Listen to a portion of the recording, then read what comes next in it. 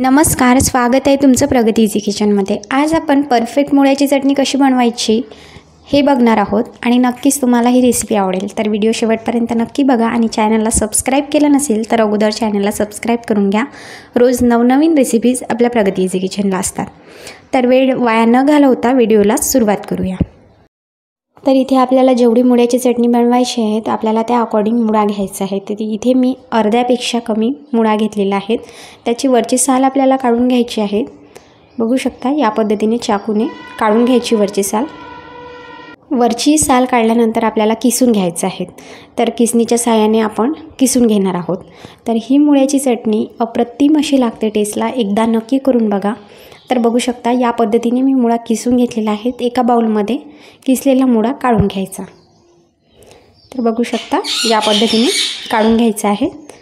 नंतर आपल्याला तर इथे मी 1 वाटी दही घेतलेला आहे। दही आपल्याला छान फेटाळून घ्यायचं आहे।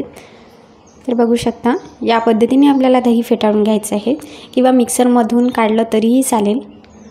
आणि जे मुळा आहेत आपण किसून घेतलेला तो या दहीमध्ये टाकून घ्यायचा आहे।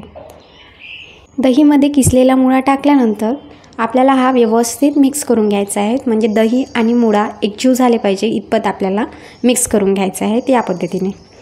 तर बघू शकता अशा पद्धतीने आपल्याला मिक्स करून घ्यायचं आहे। तर आपण यामध्ये आता तडका बनवून घेऊयात। त्यासाठी इथे टाकायचं तेल तुम्ही तुमच्या अकॉर्डिंग टाकू शकता। इथे मी साधारण 2 चम्मच तेल टाकलेलं आहे। शक्यतोवर 2 चम्मच तेल पुरेसं आहे। यामध्ये टाकायचं आहे जिरं, 1 चम्मच जिरं टाकलेलं आहे आणि यामध्ये मोहरीसुद्धा टाकायची आहे।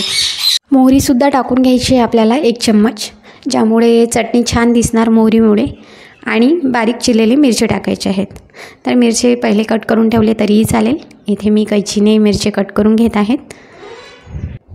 तर मिरच्यासुद्धा कट करून घेतलेल्या आहेत। हा तडका मस्त होऊ द्यायचा आहे आपल्याला। आणि यामध्ये टाकलेल्या मी बोर मिरची, बघू शकता अशा पद्धतीच्या गोल आकाराच्या असतात बोर मिरची आणि दिसायला खूप छान दिसतात। सो मी या 2 टाकलेल्या आहेत। फार तिखट असतात त्यामुळे फक्त 2 टाकलेल्या आहेत। यामध्ये टाकायचं आहे अर्धा चम्मच मीठ, अर्धा चम्मच हळद आणि ही व्यवस्थित मिक्स करून घ्यायचं आहे।